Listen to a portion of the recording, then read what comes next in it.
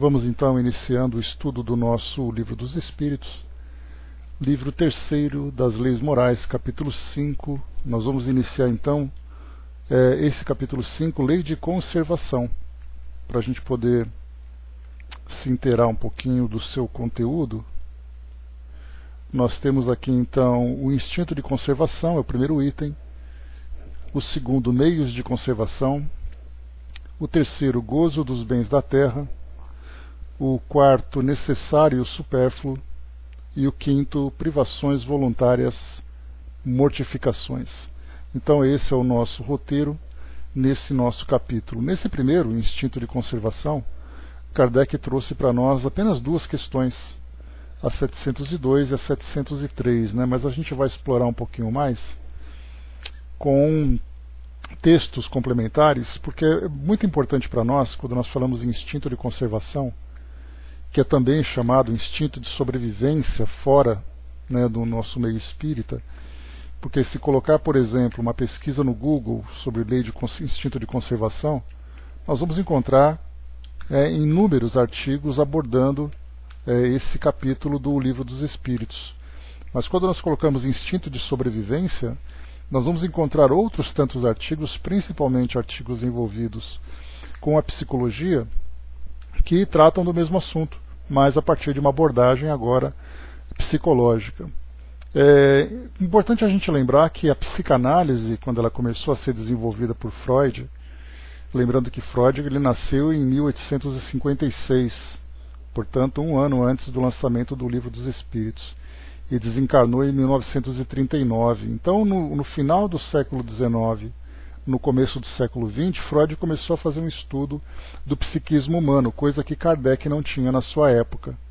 Portanto, quando a gente fala em instinto de conservação, certamente apenas duas questões que Kardec coloca foi para iniciar a abordagem de um assunto que, a princípio, pelo menos dentro da visão humana, era bastante escasso, ou bastante limitado. Então, quando começou a psicanálise a fazer um estudo mais aprofundado da natureza humana, nós começamos então a ter muitos recursos, principalmente estudando não apenas o instinto de conservação ou o instinto de sobrevivência, mas analisando o instinto humano de um modo geral. E aí então foi mapeando, não moldando, mas mapeando o nosso psiquismo para analisar todas as nossas reações, todos os nossos conflitos, porque até então tudo dizia respeito à religião.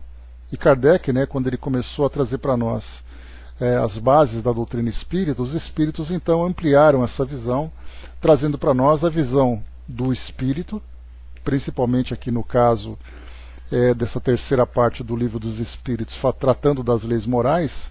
E aí começamos a entender os diversos caminhos que a humanidade foi seguindo, seja coletivamente, seja individualmente, cada indivíduo seguindo o seu próprio caminho, entendendo do porquê desse tipo de comportamento. Então, para a gente poder começar aqui o nosso estudo, eu tenho aqui então duas questões que Kardec coloca para nós sobre se o instinto de conservação é lei da natureza e com que fim Deus concedeu aos seres vivos o instinto de conservação. Antes de nós irmos para as respostas, vamos analisar aqui um artigo que eu separei para vocês, que faz uma análise do livro Instinto Humano, de Robert Wiston, como os nossos impulsos primitivos moldaram o que somos hoje. Então é importante a gente começar a analisar essa parte do instinto de sobrevivência para a gente depois, a partir dessa base, compreender esse capítulo da lei de conservação nos seus mais variados aspectos. Então vamos lá. O artigo é um pouco longo, a gente talvez leve aqui quase todo o estudo na leitura dele, mas certamente vai valer a pena pelo conteúdo que é apresentado para nós. Então, Robert Wiston, em seu livro Instinto Humano, foi publicado em 2006, quer examinar, a partir de suas origens na savana da África Oriental, o legado deixado por aqueles estranhos seres que foram realmente responsáveis pelo nascimento do homem moderno, o Australopithecus, Homo habilis e Homo erectus. Atualmente, a maior parte das pessoas aceita completamente a teoria básica da evolução, exceto os reacionários criacionistas, que parecem estar tentando convencer a si mesmos a respeito de sua crença religiosa, pregando-a fanaticamente. Abandonando a fé e estudando as descobertas científicas, os humanos descendem dos macacos e estes, por sua vez, descendem de mamíferos mais primitivos. Nossa forma e estrutura derivam de outras criaturas e há implicações psicológicas desse fato. O Homo sapiens não apenas parece, se move e respira como macaco, ele também pensa como macaco. Não apenas temos um corpo da Idade da Pedra, como também temos uma mente da Idade da Pedra. As pressões a que fomos expostos durante milênios deixaram um legado mental e emocional. Algumas dessas emoções e reações, derivadas de espécies que nos antecederam, são desnecessárias nos tempos modernos, mas os vestígios de uma existência anterior estão indelevelmente impressos em nós. Este livro é basicamente sobre os instintos que intrigam a todos nós. Examina os instintos humanos de sobrevivência, desejo sexual, competição, agressão, altruísmo, nossa busca por conhecimento e nossa necessidade de algo mais, talvez do divino. É para a savana africana que devemos olhar se desejarmos encontrar algumas respostas para esses impulsos. Então aqui, inicialmente, desses impulsos listados, bem interessante a gente perceber desde aquilo que é o mais básico, que é, no caso, o instinto de sobrevivência e o desejo sexual, como nós começamos a ampliar para a competição, para a agressão, um instinto primitivo de violência. O altruísmo também é algo natural no ser humano, ou seja, ele olhar para o seu semelhante e começar a despertar aquele sentimento de caridade. A busca por conhecimento, a curiosidade natural do ser humano, e a necessidade de algo mais, talvez do divino. Aí então a gente volta lá para o Livro dos Espíritos, lá no primeiro capítulo, quando fala sobre os caracteres da lei natural e o conhecimento da lei natural, nós lembramos, que essas leis estão então registradas em nossa consciência. Então os espíritos já trouxeram para nós esse esclarecimento e a psicologia já começa também a perceber que essa é uma busca natural por esse algo mais que muitas vezes não pode ser explicado. Hoje nós temos as escolas religiosas que trazem para nós aquela, quase que de uma forma condicionada, o desejo de buscarmos Deus. Então você nasce, rapidamente você é batizado numa determinada religião, você segue os preceitos dessa religião e aí então você vai seguindo o seu desenvolvimento natural a partir daquele caminho que foi apresentado. Mas quando nós voltamos lá para o nosso passado primitivo, quando nós não tínhamos essas instituições elaboradas, organizadas, nós vamos perceber então que o homem naturalmente buscava essa expressão superior. Vocês se lembram, já comentei com vocês no Discovery Channel, nós tivemos um documentário chamado A História de Deus. E ali então nós tínhamos, nas primeiras manifestações dos homens primitivos, homens das cavernas, naquelas pinturas rupestres, desenhos que, pela interpretação dos antropólogos, era a busca do homem nesse contato com Deus. Ou seja, tínhamos, por exemplo, pinturas, mãos que eram colocadas na parede, então sopravam tinta, e aí então quando eles tiravam ficava aquele desenho da mão. Aquele desenho básico que as crianças hoje no ensino fundamental fazem, durante o estudo de artes. Mas naquela época, quando o homem fazia isso, a interpretação dos antropólogos era que o homem procurava, através desse contato com a pedra, com a rocha, com a natureza, a busca de algo que, embora ele não compreenda, ele entende que seja superior a ele. E aí então nós vimos Deus na natureza, nós vimos Deus nos fenômenos climáticos, vimos Deus nos fenômenos geológicos. E procurávamos, através dos nossos rituais, principalmente rituais que envolviam sacrifícios, aplacar ou agradar esses deuses. Depois, então, tomou um formato diferente. Bom dia, Regina. Então, aqui, quando coloca para nós esse instinto de buscarmos algo mais, que talvez seja esse divino, faz parte da nossa natureza. Aqui, nesse livro, ele é apresentado para nós como uma suposição. No Livro dos Espíritos, nós temos como uma afirmação. E continua. É para a savana africana que devemos olhar se desejarmos encontrar algumas respostas para esses impulsos. Há 5 milhões de anos, nossos ancestrais hominídeos desceram das árvores para tentar a sorte na savana. O fim da Era do Gelo os forçou a se adaptarem ao novo ambiente, com menos recursos naturais do que as florestas tropicais e pouca proteção física contra os predadores. A seleção natural persistiu por mais de 200 mil gerações, com homens macacos competindo com outros animais.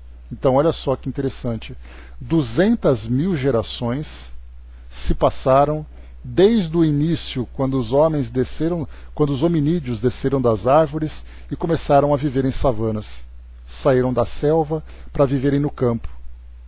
E ali então, através de toda a exigência do ambiente que eles viviam, começaram a desenvolver mais e mais aqueles instintos que eles já possuíam. Começamos a vida na savana como australopitecos, com um cérebro de tamanho igual ao de um chimpanzé. Nos 3 milhões de anos que se seguiram, ele triplicou o tamanho. A expansão do número de células cerebrais, até o nosso estado atual, com cerca de 100 bilhões de células nervosas, resultou em uma mente cada vez mais complexa. Continuamos a desenvolver uma série de instintos, concomitantemente a um extraordinário salto em nossa aprendizagem, emoção e racionalidade. Bom dia, Tico-Teco. Olha a observação, né, que nós podemos colher, né, ou podemos tirar dessa informação. Quando nós falamos sobre o espírito que sai do reino animal, ou o princípio inteligente que sai do reino animal e avança para o reino hominal, ele se desenvolve não apenas intelectualmente e moralmente, mas ele depende também de uma evolução biológica. Então, conforme os seres vão reencarnando e vão então encontrando corpos mais favoráveis para esse desenvolvimento, nós temos então, como foi colocado, continuamos a desenvolver uma série de instintos, concomitantemente a um extraordinário salto em nossa aprendizagem, emoção e racionalidade, de, como ele coloca para nós aqui, a expansão primeiro, a expansão do cérebro humano, depois aqui, como foi colocado, 100 bilhões de células nervosas. Resultou em uma mente cada vez mais complexa. Olha só então que bacana a gente analisar como foi a origem do nosso desenvolvimento e principalmente, né, um grande mistério para nós, que nós vimos lá nos 3 reinos, no segundo livro aqui do Livro dos Espíritos, quando nós falamos sobre a evolução desse princípio inteligente do reino animal para o reino nominal, que acontecia nos mundos primitivos ou que acontece agora em outros planetas, que não mais aqui no nosso, né? Mas a gente pensa simplesmente, aconteceu. Ele era de um jeito e depois passou para outro. Só que aí então nós começamos a perceber todos os detalhes da evolução. André Luiz já falou sobre isso, Camilo Cândido Botelho, lá no Memórias de um Suicida, já falou sobre isso também, que eles então, durante aquele período de formação ou período de desenvolvimento e adaptação no mundo espiritual, eles participaram de cursos de formação, né? No caso de Camilo, na cidade universitária, né? Naquele capítulo, ele fala que fez um curso para conhecer, por exemplo, a história da evolução do nosso planeta. Então, quando nós vemos assim algo tão simples, que era um animal e de repente passou para um hominal, nós vemos aqui, conforme esse livro traz para nós, 3 milhões de anos de um estágio para outro de evolução, ou 200 mil gerações para que então, aqui é uma análise biológica que ele faz, né, que o organismo foi se desenvolvendo e nós então podemos imaginar, né, a rapidez com que esses princípios inteligentes encarnavam e reencarnavam. E ele continua aqui para nós, vamos lá. Depois então desse ampliando então a nossa aprendizagem e emoção e racionalidade. Por um lado, aprendemos a fazer uso de ferramentas. Descobrimos o fogo e seus usos. Exploramos o mundo que habitamos. Começamos a conversar uns com os outros e a vida em comunidades mais complexas. Caçadores e migrantes trocaram informações. Relações de cooperação e familiaridade possibilitaram a formação de grupos maiores. A crescente divisão de trabalho nos permitiu criar raízes, construir civilizações e ter uma vida cultural criativa. Por outro lado, nossa busca por riqueza material e status resulta na dissolução de unidades familiares. Temos desejos e necessidades emocionais que nem sempre são satisfeitos. Acostumamos a fofoca e a intriga típica de um grupo pequeno e interdependente. Há tensão, portanto, entre os nossos instintos da Idade da Pedra e as dificuldades impostas pela civilização pós-industrial. Então nós temos aqui aquele instinto lá do passado, que nós temos naqueles conflitos da vida em comunidade, e temos depois esse conflito com a nossa vida pós-industrial, em que esses instintos, teoricamente, não teriam por que existirem, mas existem. André colocou, né, acho sempre impressionante nossas projeções de milhões de anos. Eles fazem essa avaliação como, né? Começa primeiro, né, por análises materiais, moleculares, né, que eles têm, e depois eles vão construindo o mapeamento a partir das observações dos resquícios, né, que a arqueologia vai colhendo. Então antropólogos fazem essa análise para perceber, por exemplo, a evolução dos seres, quando eles fazem objetos que são colhidos, né? Então tem teorias que vão sendo apresentadas a partir desses resquícios, mas não é uma afirmação definitiva.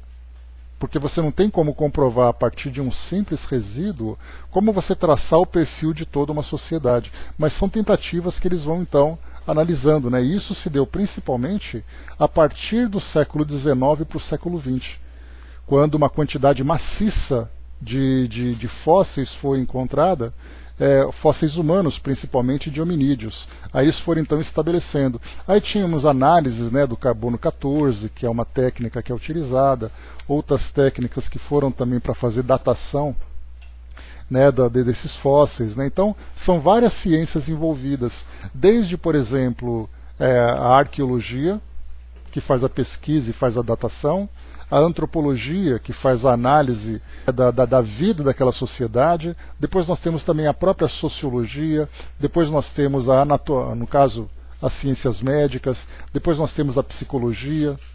Todas elas vão se juntando e formando um grande conjunto de ciências que vão analisando, né?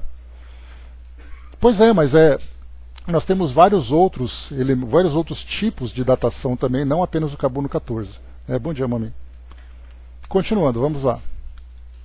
Então vimos aqui que a riqueza, né, a busca por riqueza e status, resulta na dissolução de unidades familiares. Então nós veremos aqui nesse capítulo, não por coincidência, né, porque quando nós falamos sobre a lei de conservação, nós temos aqui o item que fala sobre o gozo dos bens da terra, necessário e supérfluo. E aqui nós temos num comentário de um livro de psicologia completamente isento, uma coincidência muito grande sobre a nossa evolução biológica e social aqui no nosso mundo e a evolução espiritual trazida pelos espíritos. Depois ele continua. A definição de instinto está na diferença entre, primeiro, mente com a qual nascemos. Segundo, mente que formamos via aprendizado, cultura e socialização. Então, instinto é essencialmente a parte do nosso comportamento que não é fruto de aprendizado. Contudo, nosso ambiente e, portanto, nosso aprendizado pode ter uma influência poderosa no modo pelo qual nossos instintos se expressam. E isso é importante, essa colocação que ele traz aqui, sobre a influência do meio, a influência do grupo onde nós vivemos, do ambiente onde nós vivemos, no desenvolvimento dos nossos instintos. Por exemplo, se você tem um animal selvagem e você compara com um animal doméstico, você percebe que ambos apresentam, apesar de um instinto básico semelhante, instintos mais profundos bem diferentes. Porque o animal selvagem, ele precisa desenvolver instintos para a sua sobrevivência num ambiente absolutamente hostil. Enquanto que num animal doméstico, num cão, num gato, nós vemos aquele comportamento instintivo de caça, de brincadeira, mas não tão apurado como acontece, por exemplo, no caso da selva. Então por isso que é colocado para nós, mais uma vez, o instinto é essencialmente a parte do nosso comportamento que não é fruto do aprendizado. Contudo, nosso ambiente, portanto nosso aprendizado, pode ter uma influência poderosa no modo pelo qual nossos instintos se expressam. O instinto é construído de elementos humanos herdados, de ação, desejo, razão e comportamento. Esses instintos especificamente humanos são aqueles que se formaram durante nosso tempo na savana. Hoje, sabemos muito mais a respeito de características herdadas do que Charles Darwin. Sabemos que são transmitidas por genes. A descoberta da sequência completa do genoma humano é um marco na história da ciência. O projeto do genoma humano foi completado em 2001. A odisseia foi listar cerca de 3 bilhões de letras que representam as ligações químicas da dupla hélice do DNA. Nesse código está a receita para o desenvolvimento do corpo humano. Aqui é importante a gente analisar esses detalhes, porque ele traz para nós uma visão genética, biológica do desenvolvimento do humano. Nós temos o privilégio de acrescentar o principal, que é o elemento espiritual, percebendo que através das experiências, através da luta impulsionada pela lei de causa e efeito, o despertar da consciência, as diversas reencarnações que a gente vai vivendo, tudo isso vai sendo acrescentado no desenvolvimento do indivíduo. Porque aqui nós pegamos um indivíduo que viveu há 200 mil anos, ele morreu. Na nossa visão ele morreu, mas ele reencarnou. E depois reencarnou, e ele foi vivendo esse processo, acompanhando também o processo biológico. A grande maioria do código químico é idêntica, por isso se diz o genoma humano. Cerca de 1 em cada 10 mil letras será diferente entre uma pessoa e outra.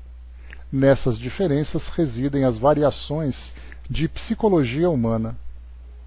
O desenvolvimento do cérebro humano é amplamente determinado pelo código genético. O comportamento humano é instável e imprevisível. As possibilidades de comportamento diário são infinitas. Ele está à mercê de muitas forças que não controla e que o empurram de um lado para outro. Algumas forças biológicas, cognitivas e culturais se anulam. Outras pressionam para uma mesma direção. É inteiramente impossível que duas tendências de instinto ajam de modo igual e contrário. Possuímos um mecanismo adaptativo em que coexistem a competição e a cooperação. O desafio é tentar desembaraçar essas forças e explicar suas origens. Bom dia, soldado. A mãe me colocou, se crescemos acreditando que podemos tudo, sem limite, os instintos são aflorados de maneira distorcida, Exato, e traz as consequências. Exatamente porque aprendendo através do sofrimento é sempre muito mais complicado. Porque muitas vezes o indivíduo cai num desequilíbrio e o trabalho maior que ele vai ter vai ser retomar o equilíbrio. Então é um passo para frente e 3 para trás, e depois demora para poder recuperar. Kídia, bom dia. A teoria do caos nos diz que pequenas mudanças nas condições iniciais têm um efeito crítico no resultado final de um sistema caótico. Isso se aplica tanto ao comportamento humano quanto ao mundo físico. É impossível termos um modelo de previsão para o nosso comportamento, porque há muitos fatores envolvidos, cada qual com o potencial de causar danos significativos. Há uma complicação a mais. Humanos aparentemente têm livre-arbítrio, refletem sobre seus comportamentos e podem alterá-los. Portanto, a explicação de grande parte do comportamento humano é um processo extraordinariamente complexo. É produto de muitos fatores diferentes, instintivos, psicológicos, racionais e emocionais. E a predição se torna impossível. A aleatoriedade, então, é uma parte intrínseca de nossas características neurais. Aqui o que ele coloca para nós também, que é importante ressaltar, é que quando nós falamos sobre o desenvolvimento do psiquismo humano, cada um segue por um caminho e cada um se encontra num estágio diferente. Por isso nós somos imprevisíveis. Imaginarmos, por exemplo, que todos os dias nós vamos nos comportar da mesma forma. Por exemplo, você acorda de manhã, você naquela sua rotina, né? Imaginando que seja uma rotina assim. Você se levanta, você vai para o banheiro fazer a sua higiene matinal, depois você toma o seu café, e aí você prepara suas coisas e vai então para as suas atividades. Mas vamos supor que durante o seu café, a xícara de café é virada sobre você e você então se queima e você suja a sua roupa. De imediato você tem um comportamento instintivo de agressividade. Porque então você vai xingar, você vai brigar, você vai fazer acontecer. A partir dali o seu dia pode mudar completamente. Simplesmente porque um evento no intervalo da sua rotina pode mudar o seu comportamento. Então nós temos também, você sai de casa, pega seu carro, no meio do trânsito acontece alguma coisa. Não que interrompa a sua rotina, mas que interfira na sua rotina. Aí você tem instintos que também vão predominar, fazendo com que você mude o seu comportamento durante o dia. Por isso ele coloca para nós, é impossível termos um modelo de previsão para o nosso comportamento, porque há muitos fatores envolvidos, cada qual com um potencial de causar danos significativos, ou seja, instintos que nós possuímos, muitas vezes primitivos e muito potentes, podem trazer para nós consequências danosas. Muitas vezes nós temos histórias bizarras que passam na televisão, alguém que sai de casa, por exemplo, e quando ele volta como um assassino. Porque no meio do caminho surgiu uma situação em que ele teve aquela explosão de raiva que ele não soube controlar, e de repente aconteceu. O indivíduo saiu de casa, como aconteceu no fim de semana, ele foi para um bar tomar ali uma bebida com os amigos, teve uma briga no bar e de repente ele foi assassinado. Ou seja, se nós tivéssemos domínio sobre os nossos instintos, nós não evitaríamos uma série de dificuldades. E exatamente essa é a proposta da evolução espiritual. O domínio da razão sobre as emoções e sobre os instintos. Coisa que nós não conseguimos ainda dominar. Por isso ele coloca que é imprevisível termos um modelo de comportamento. E ele coloca, há uma complicação a mais. Humanos aparentemente têm livre-arbítrio, refletem sobre os seus comportamentos e podem alterá-los, de acordo com as escolhas que nós fazemos.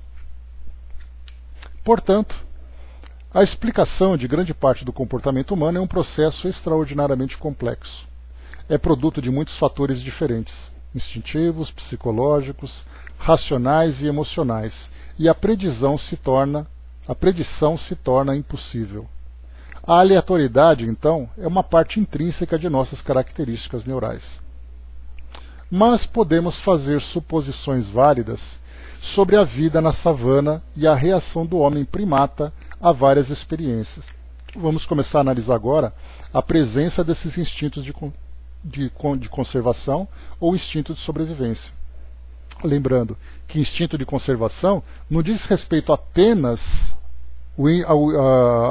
ao indivíduo sobreviver a situações perigosas, mas fala, por exemplo, sobre a própria reprodução. A perpetuação da espécie faz parte também desse instinto de conservação, porque ele conserva não apenas a si mesmo, mas ele conserva a sua linhagem. E dentro dessa conservação nós temos ali uma série de comportamentos, que é você fugir de uma ameaça, é você guardar alimento, você se defender daqueles que são as ameaças, você desenvolver aqueles instintos do egoísmo. Lembra que eu falo para vocês, que quando nós somos criados, nós imaginamos que Deus tinha ali uma grande panela e ele foi colocando ingredientes. Ingredientes como orgulho, como vaidade, como egoísmo, eram parte desse tempero. Porque se nós não tivéssemos essas forças primitivas em nós, nós não sobreviveríamos àquele ambiente tão hostil como era do passado. Então ele vai dizer para nós aqui, vamos lá. Mas podemos fazer suposições válidas sobre a vida na savana e a reação do homem primata a várias experiências. Sabemos que os princípios físicos do planeta eram os mesmos. Sabemos da existência de uma série de predadores. Ou seja, né, primeiro, os princípios físicos, né? Frio, calor, a geologia, a água, a fauna, a flora, tudo isso era natural naquela época, assim como hoje. Naquela época talvez nós tivéssemos algumas características mais hostis, né, porque os homens viviam numa savana, não viviam numa cidade, mas as características físicas eram as mesmas. Então ele coloca para nós, sabemos da existência de uma série de predadores. Os hominídeos, aquele grupo de indivíduos que vivia naquela fase intermediária entre o animal e o hominal. Então, hominídeos são aqueles fósseis que nós encontramos hoje, que eram aqueles homens com crânios semelhantes aos chimpanzés, mas eles eram bípedes. Então, esses são os hominídeos. É aquele estágio intermediário de evolução. Mas a virtude vem aos poucos, né, Andréa? As virtudes é uma conquista, ela vem desenvolvendo. Então estava tudo ali, o sentimento de caridade, o sentimento de humildade, é tudo uma questão de desenvolvimento. É aquele gráfico que eu sempre coloco para vocês, né, de proporcionalidade, só que é uma proporção inversa. Conforme um cresce, o outro diminui. Então nós nascemos com as virtudes numa baixa taxa de manifestação, enquanto que os nossos instintos uma alta taxa. Porque era naquela época. Imagina você numa savana africana querendo ser caridosa. Na verdade, você tem que ser muito medrosa e muito rápida e muito forte para sobreviver. Aí você está ali, mas eu tenho uma pena daquele leãozinho, ele não vai ter pena de você. Né? Então, assim, é toda uma questão de inversão. Então ele continua assim, né? Sabemos da existência de uma série de predadores. Os hominídeos corriam o risco de serem comidos. Havia insetos venenosos, assim como frutos venenosos.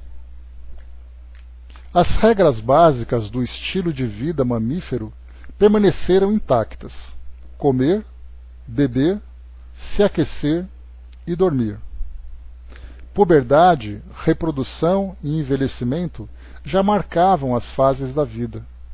Divisão de trabalho entre os sexos também existia, assim como a convivência com a morte. Havia doenças e ferimentos. Os mais frágeis eram dependentes dos outros para receber comida e proteção. A mortalidade infantil era muito alta. A esperança de vida muito baixa. Dá para a gente imaginar, por exemplo, que um indivíduo vivia talvez 10 anos naquela época. 10, 15, 20 anos, se ele tivesse sorte. E aí depois ele começou a desenvolver inteligência e, consequentemente, ele começou a aumentar a sua expectativa de vida, porque ele se tornou mais cuidadoso, ele se tornou mais vigilante. O soldado lembrou, o maior predador da natureza é o homem em função de interesses econômicos. Se tornou hoje, né, infelizmente. E continua. Os recursos finitos de caça, vegetação comestível, água e abrigo, pode significar que havia competição por esses recursos. Não apenas competição entre as espécies, mas competição dentro das espécies. Devíamos guerrear uns contra os outros. Olha só que legal, né? Esse quadro que ele começa a pintar dessa forma tão gradual, né? Tão interessante. A ideia do gene egoísta, entre aspas, é que ele exerce uma influência massiva, tanto no desenvolvimento evolutivo, quanto na psicologia da mente humana. Não apenas afeta a nossa luta por recursos e parceiros, como também define os termos nos quais nossas vidas sexual e familiar evoluem. Olha só, o gene egoísta. É uma ideia que o autor aqui apresenta, falando exatamente sobre esse comportamento nosso, que a nossa sobrevivência depende do eu muito mais do que o outro. E eu então vou construindo a minha trajetória, favorecendo muito mais a mim e aos meus interesses do que os dos outros.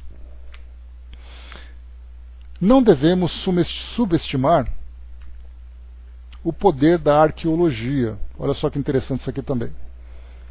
Não devemos subestimar o poder da arqueologia, embora suas suposições partam de evidências frágeis e inconclusas. As adaptações físicas são relativamente fáceis de se ver. As heranças de genes com aptidões mais eficientes selecionam os indivíduos mais propensos a sobreviver e a se reproduzir, embora sem nenhum sentido de intenção ou planejamento. E aqui ele fala esse trecho trazendo uma referência também dos animais. Os machos, por exemplo, preferem uma reprodução maciça. As fêmeas, uma reprodução seletiva. E não existe assim, olha, a fêmea, por exemplo, dizendo assim, olha, eu vou escolher aquele macho porque ele é mais bonito, porque ele é mais inteligente, porque é mais interessante. Na época primitiva, era simplesmente uma busca pelo perfeito. Claro que elas se frustravam, né, mas tão perfeito quanto possível. Mas não era a intenção dela de ter ali um planejamento, de ter uma família saudável, uma família forte, uma família mais inteligente. Não tinha intenção nem planejamento, era apenas uma busca instintiva pelo perfeito. Enquanto que o macho procurava então trazer uma reprodução maciça para que a sua descendência se ampliasse cada vez mais, tanto quanto possível. E nós percebemos que o nosso comportamento continua assim hoje. Só que, claro, com muito mais a predominância da razão do que do instinto. Embora nós vejamos o comportamento instintivo ainda dando uma escorregada. Mas hoje nós temos ali o planejamento familiar, a escolha do parceiro, os cuidados para a reprodução, etc, etc. Naquela época não era assim. Exato, na época era uma seleção natural, hoje já é um padrão social, que não deixa de ser também uma evolução. Porque apesar de termos ainda valores egoístas, orgulho, vaidade, essa busca por esse padrão social é um padrão mais elevado, um padrão mais equilibrado. Continua aqui para nós. A evolução não é perfeita. Não podemos cair na armadilha de pensar que a seleção natural resultou na melhor, mais barata e mais elegante solução para cada problema. A evolução é imperfeita, porque sempre envolve contínua mudança. Os passos regressivos quase nunca aconteceriam. Ou seja, desmanchar para fazer de novo, né? Não acontece assim com facilidade. A seleção natural abrange uma série de pressões evolutivas simultâneas. Nenhuma adaptação ocorre de forma isolada. Nós somos repletos de compromissos e concessões. Alguns passos reproduziram uma vantagem seletiva para determinada espécie. A seleção natural simplesmente não pode começar novamente do zero e escolher a melhor solução possível. Apesar do cérebro humano parecer estar adaptado para realizar certas tarefas, isso não significa que estamos vendo adaptações reais. Em animais cujo comportamento parece consistir exclusivamente de respostas a processos instintivos, decidir se algo é ou não uma adaptação genética a partir de sua história evolutiva é mais fácil. É improvável que seja resultado de uma série de mutações aleatórias. A mente humana é mais complexa e flexível. Não somos escravos de nossos genes, mas somos profundamente afetados por eles. Separar as adaptações de todo o resto é extremamente difícil.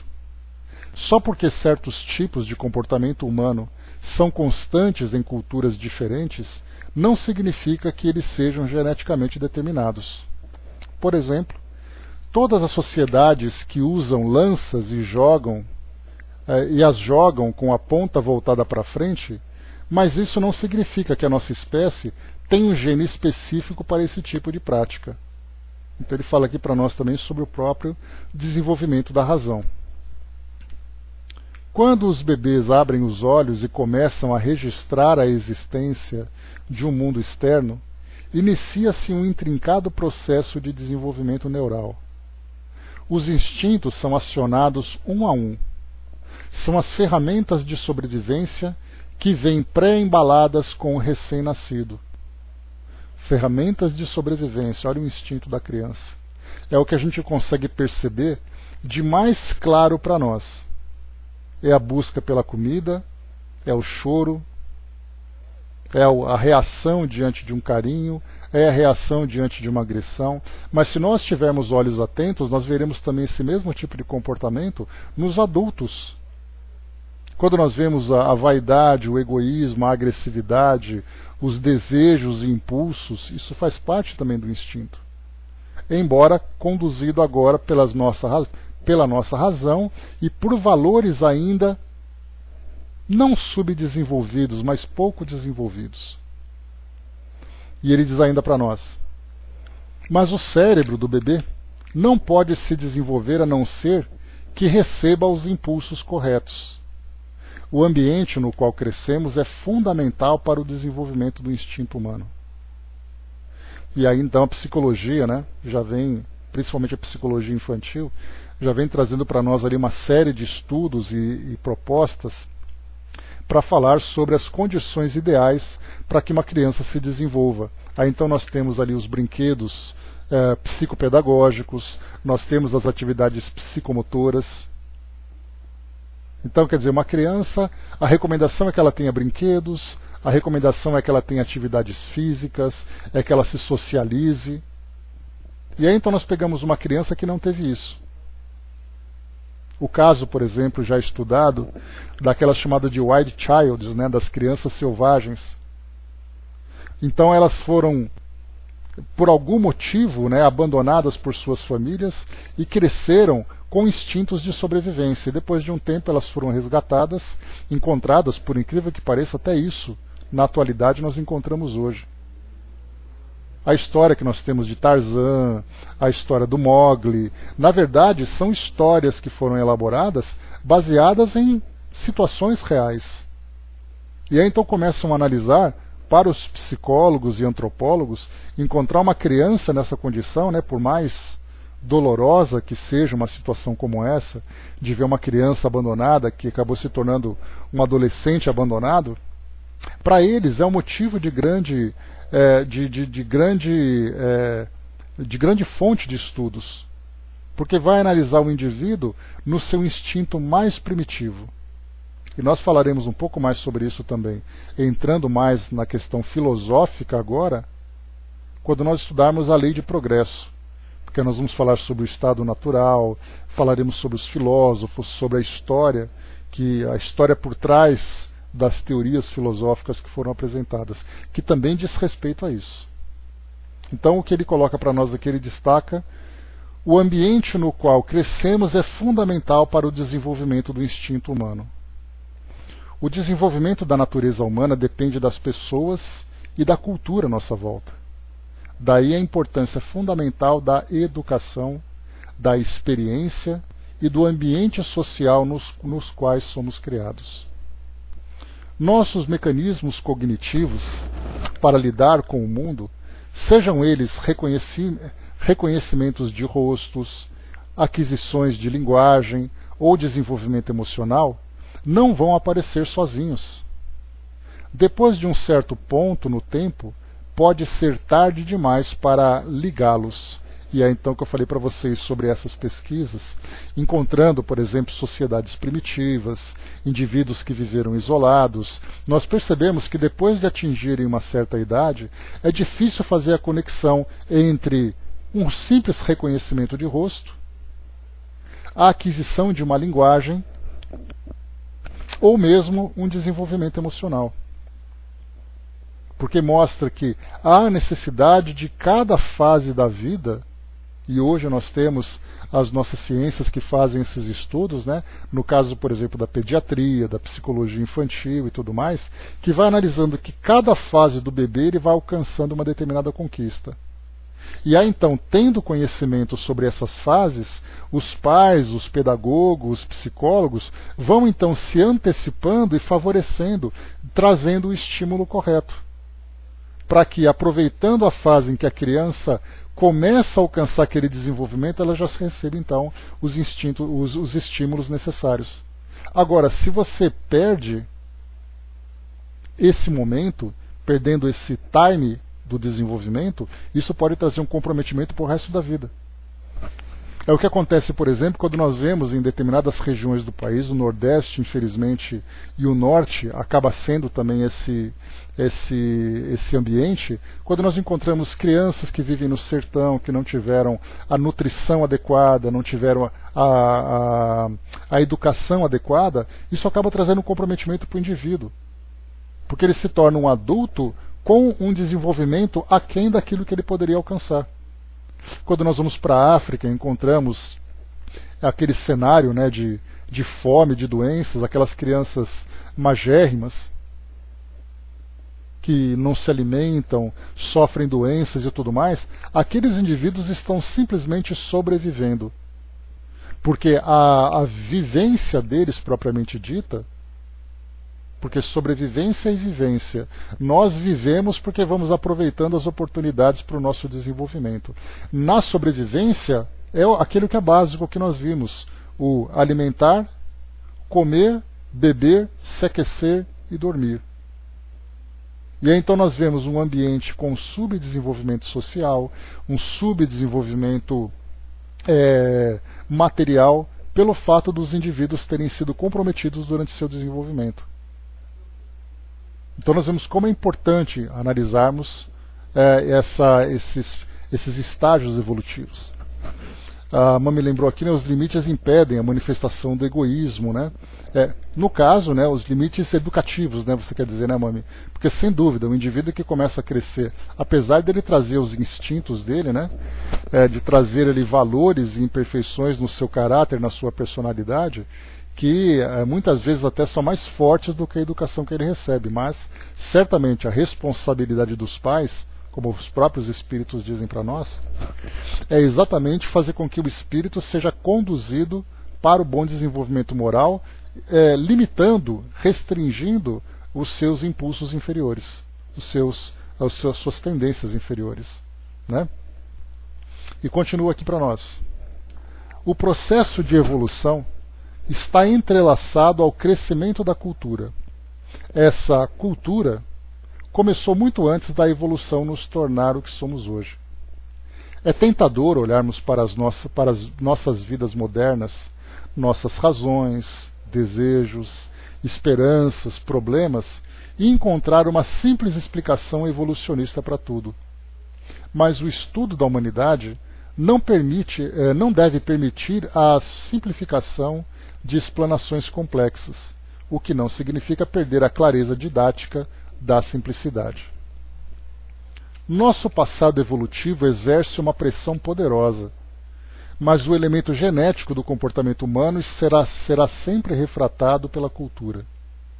Genes são responsáveis pela mente humana, da mesma forma que um roteirista é responsável por um filme. O roteiro é a base do filme, mas o estilo visual, o ritmo do filme, são determinados principalmente pelo diretor e pelo montador. Ocasionalmente, parte do diálogo será improvisado no set. Cada pessoa, ao assistir a um filme, pode interpretá-lo de uma maneira diferente. Este livro, né, para quem chegou agora, nós estamos lendo aqui um artigo sobre o livro Instinto Humano. Né, por isso que nós vamos estudar aqui a parte da lei de conservação. É importante a gente ter essa base teórica. Deixa eu ver aqui rapidamente.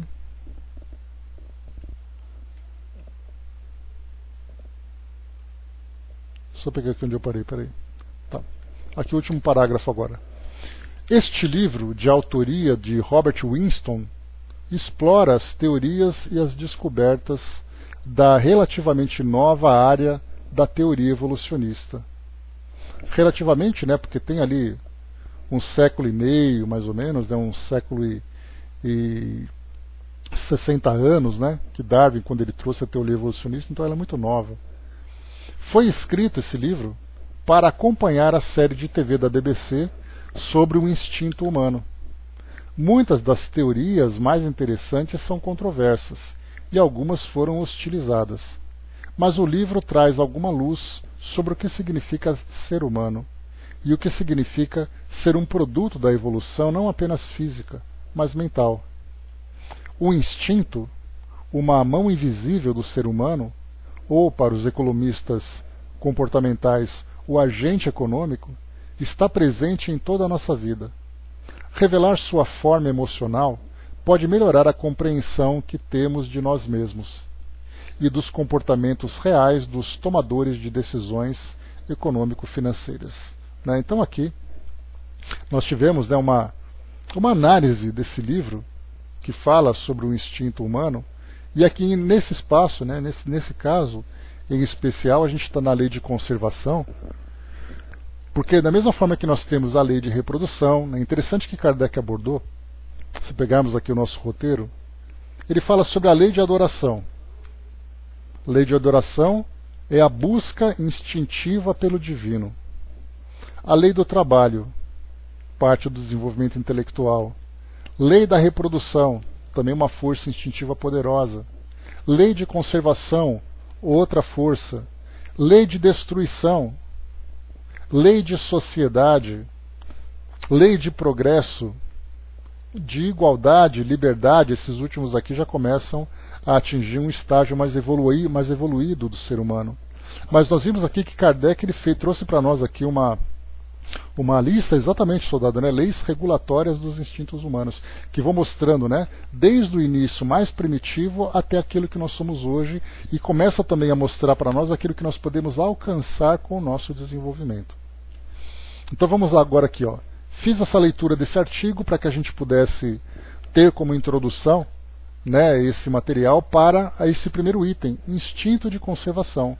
Mais uma vez, né, para quem quiser conhecer um pouco mais, pode procurar mais sobre a lei, o instinto de conservação, mas também depois procurar sobre o instinto de sobrevivência. Porque, como eu falei no início, instinto de conservação é uma expressão utilizada muito no meio espírita. E se você coloca instinto de sobrevivência, você começa a alcançar outros tipos de textos, da psicologia, de antropologia, de filosofia. Então, quem quiser ampliar um pouco mais é só procurar. Então, nesse nosso primeiro item, instinto de conservação, Kardec, como eu disse para vocês, traz apenas duas questões. E lembrando também no início, como eu disse, Freud ele começou a desenvolver a psicanálise, analisando mais sobre a natureza humana, no final do século XIX e começo do século XX. E Kardec não pegou essa época. Por isso ele não tinha muito material para falar sobre essa parte do desenvolvimento do psiquismo humano. Isso, né, se nós pudéssemos hoje, por exemplo,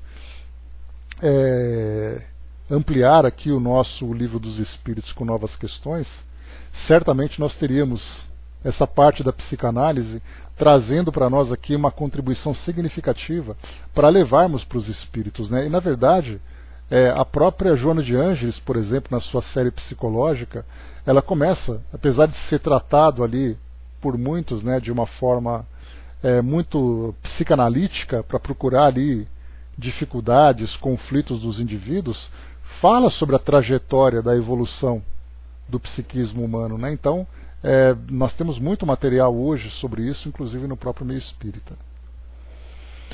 O soldado lembrou que a lei da destruição, que é ruim, mas necessária, né? A gente vai falar bastante sobre ela porque ela é sempre vista de uma forma negativa. E como eu falei, né, a gente não pode utilizar a expressão lei de destruição de uma forma tão simples.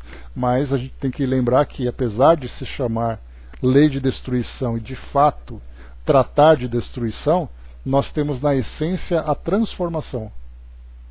Então a gente vai chegar lá para analisar um pouco mais. Na questão 702, Kardec pergunta: o instinto de conservação é uma lei da natureza? Sem dúvida. Todos os seres vivos o possuem, qualquer que seja o seu grau de inteligência. Nuns é puramente mecânico, noutros é racional. Então a gente começa a analisar esse instinto de sobrevivência, esse instinto de conservação, né? Não sobrevivência apenas, mas conservação, porque quando nós falamos sobrevivência dá a impressão de que a única situação que nós encontramos de sobrevivência é quando nós fugimos de um perigo. E na verdade nós falamos sobre instinto de conservação envolvendo desde o indivíduo se proteger Mas nós chegaremos ali, né, soldado? Desde o indivíduo se proteger para fugir do perigo, até a manutenção. Não é apenas uma atitude que ele tem instintiva dentro de uma situação crítica, mas de uma situação rotineira de manutenção da vida, quando ele vai ali buscar o alimento, quando ele vai conservar o alimento, quando ele vai acumular o alimento, ele vai buscar um abrigo, vai desenvolver ferramentas, é algo que vai acontecendo durante a sua vida. Porque se nós falarmos apenas em lei de sobrevivência, instinto de sobrevivência, a gente só vai ver gente correndo para lá e para cá fugindo de alguma coisa. É o indivíduo que foge de um incêndio, é o indivíduo que corre de um leão, é o animal que foge de uma caçada. E não é assim. A gente pensa na lei de conservação, que é tudo aquilo que nós fazemos, todas as nossas ações, para a manutenção da nossa vida. Quando ele fala aqui, né, que todos os seres vivos o possuem, qualquer que seja o seu grau de inteligência, ele coloca nuns é puramente mecânico, noutros é racional, a resposta dos espíritos. E tem um fato curioso, né? Recentemente, eu tive contato com um livro que estava sendo escrito por um professor de psicologia da Universidade de São Paulo. Na verdade, ele foi coordenador do Instituto de Psicologia da Universidade de São Paulo. E ele estudou durante muito tempo na carreira dele, fazendo uma comparação entre o comportamento das formigas e o psiquismo humano, e o ser humano. Comportamento das formigas e o psiquismo humano. E hoje ele tem mais de 90 anos, né? Então ele está elaborando esse livro dele, que ficou durante muito tempo guardado, e a minha irmã, né, que é fisioterapeuta, ele é paciente da minha irmã. E aí então ele falou que ele precisava mexer no livro dele, coisa e tal, e precisava ver uns desenhos do livro, né? Eu falei, manda para mim que eu faço o desenho para ele, né? Começa a digitalizar, começa a fazer direitinho, e aí então esse material chegou para mim. E eu comecei assim, durante a elaboração daqueles desenhos, tinha uma figura que era meio curiosa.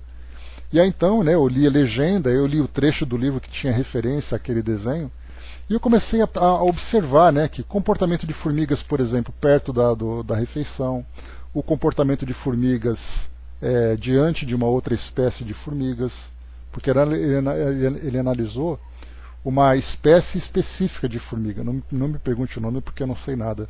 Mas ele colocou uma situação em que duas formigas de espécies diferentes vinham uma contra a outra. E de repente uma teve um comportamento de fuga, a outra não. As formigas, por exemplo, preferindo cantos, as formigas preferindo lugares com sombras.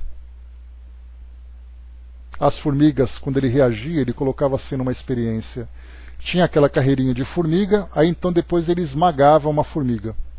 Rapidamente as outras entravam assim num processo completamente descoordenado, aquele alvoroço que acontecia. E aí então ele analisava que no momento em que uma formiga era esmagada, exalava um cheiro, um tipo de alguma essência, algum tipo de hormônio, que as outras formigas percebiam e reagiam daquela forma desordenada. E aí depois de um tempo elas voltavam a ter um comportamento natural. Então quando ele coloca aqui para nós, todos os seres vivos possuem esse instinto de conservação, qualquer que seja o seu grau de inteligência. Nuns é puramente mecânico. E nós vemos então nesse caso a forma como as formigas reagem. No caso de insetos que nós vemos, a gente pega desde os insetos, que são os seres mais simples, mas não menos importante, porque não deixam de ser uma criação divina, como os mais complexos, os animais mamíferos mais complexos, ainda no reino animal, fora o ser humano, que nós vemos os animais. Documentário que eu assisti que mostrou, por exemplo, uma manada, elefantes caminhando na savana africana, e de repente eles perceberam um elefante morto. O modo como eles se comportaram, ficando em volta daquele elefante, um comportamento de observação, de análise, porque não era um animal morto qualquer. era um animal da mesma espécie, e eles reagiram de forma diferente. Então nós vemos assim que cada comportamento vai mostrando para nós que esse instinto de conservação é algo que nos sensibiliza, como foi colocado também nesse artigo, desde o momento, né, que nós convivemos com a vida e o modo como nós convivemos com a morte. Por que a morte provoca em nós esse tipo de reação? Exatamente porque seria ali o efeito mais impactante para esse instinto de conservação. E isso para nós já traz ali um subsídio muito importante para entendermos, por exemplo, o comportamento psíquico de um indivíduo quando ele comete suicídio. Ele viola aquilo que existe de mais forte dentro dele, que é a preservação da vida. E aí então nós vemos a intensidade do desequilíbrio que ele sofre para lutar contra alguma coisa dentro dele mesmo. Que é muito interessante, a gente vê até mesmo, né, em situações que acontecem em filmes que a gente vê, mas que refletem a realidade, o indivíduo na beira de uma ponte, aí então ele fica pensando se ele se joga ou se ele se não joga, e alguém vai oferecer ajuda, ele diz assim, não chega perto senão eu pulo. Peraí, mas se você está com a intenção de pular, por que a hesitação? Essa hesitação é o que faz com que o indivíduo então demonstre a presença desse instinto de conservação. Mas a gente depois vai tratar disso com um pouco mais de profundidade. A Andrea colocou lá em cima. Minha avó já dizia isso há 50 anos atrás, com mínima escolaridade, só com observação. É incrível que sabemos hoje, né? Sim. O soldado colocou, todos são importantes mesmo, o resultado vem do conjunto de ações de todos, né? A vida é a melhor escola que podemos ter, de fato. Dudu colocou, né? Hymenoptera femicidae exala cheiro de fezes, chama de Maria Fedida, né? Aquela Maria Fedida clássica dela, né? Conhecida esse bendito desse inseto. A pessoa tem carência também, quer atenção, carinho, né? No caso de suicídio que a gente está colocando, né? Tem atalaco, lava-pés, muitas espécies. Eu posso até pegar para vocês aqui, que é coisa rápida de fazer. A Angelina colocou, tem lagartixas que gostam de plantas suculentas, né? Ficam suspensas, não entendi se... as suas ficam suspensas, né? Senão... Quer ver? Deixa eu pegar rapidinho para vocês aqui. Coisa rápida, tá na mão aqui já.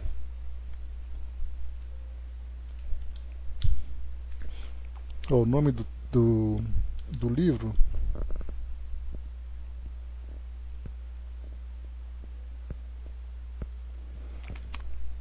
Aqui.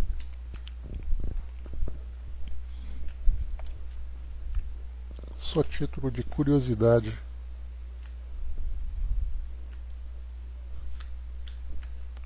Falei que ia ser rápido, né? Mas já estou enrolado. Quer ver o nome do livro?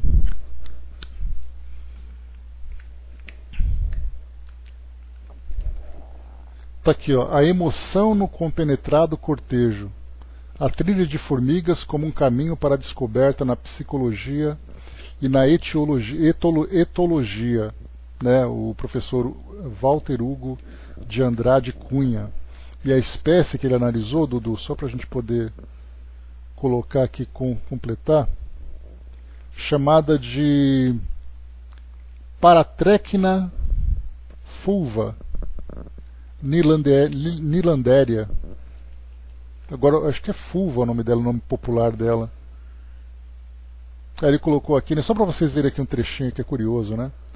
A origem do meu interesse por formigas, a história de um fascínio.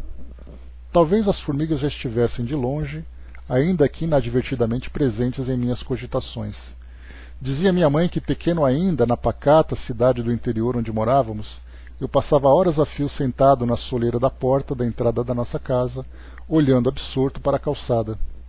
É possível que as formigas já me ajudassem então a preencher com pensamentos minhas longas tardes vazias. E aqui depois ele coloca, né, como tudo começou e tal. Então, assim, a gente vê que, analisando o comportamento mais primitivo dos animais, nós encontramos a presença desse instinto de conservação, né? Dudu colocou aqui, eu me especializei em quirópteros, né, morcegos, né, e na botânica mas vi algumas coisas sobre formigas, né? Então é só analisar. Né? O soldado colocou sobre a presença das formigas, que é das abelhas, né? Que é indiscutível no tempo atual. E o último aqui para nós, na questão 703, Kardec pergunta: com que fim Deus concedeu a todos os seres vivos o instinto de conservação? A resposta: porque todos devem colaborar nos desígnios da providência. Foi por isso que Deus lhes deu a necessidade de viver. Depois, a vida é necessária ao aperfeiçoamento dos seres. Eles o sentem instintivamente, sem disso se aperceberem. Então, o que nós temos, né? Esse mecanismo de sobrevivência que nós temos, esse mecanismo de conservação, para nós, para a psicologia, é um gene. Se encontra na nossa genética a presença desse elemento que faz com que nós preservemos a vida. E aí então nós começamos a lembrar sempre, né, que o nosso organismo ele é moldado a partir das características perispirituais. Então o ser humano, atingindo esse grau de evolução, como espírito que é, ele recebe também esse corpo trazendo todos os elementos necessários para que ele possa cumprir o seu papel. Então esse instinto de sobrevivência é algo psíquico que acaba, por sua vez, transformando o nosso organismo. Então nós precisamos estar vivos. Para quê exatamente? Para sobreviver, para a nossa evolução.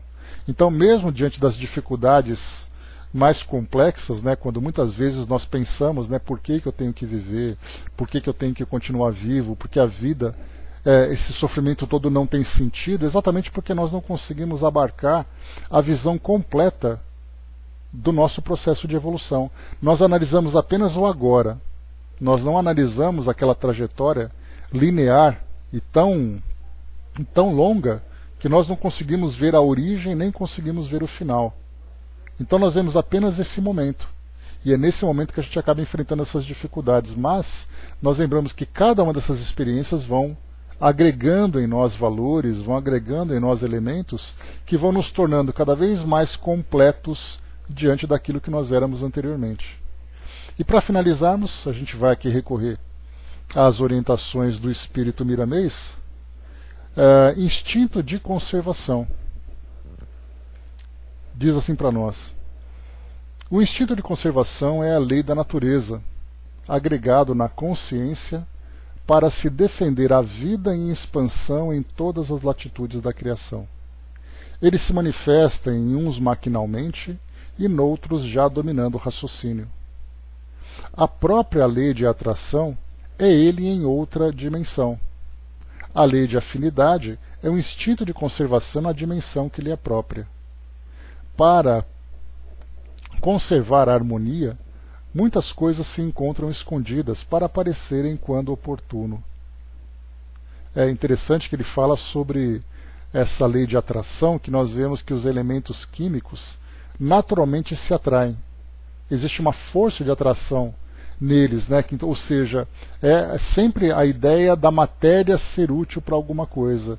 E a matéria geralmente se torna útil quando ela está unida com outra, ou com uma matéria semelhante, ou com uma outra matéria para formar um elemento novo.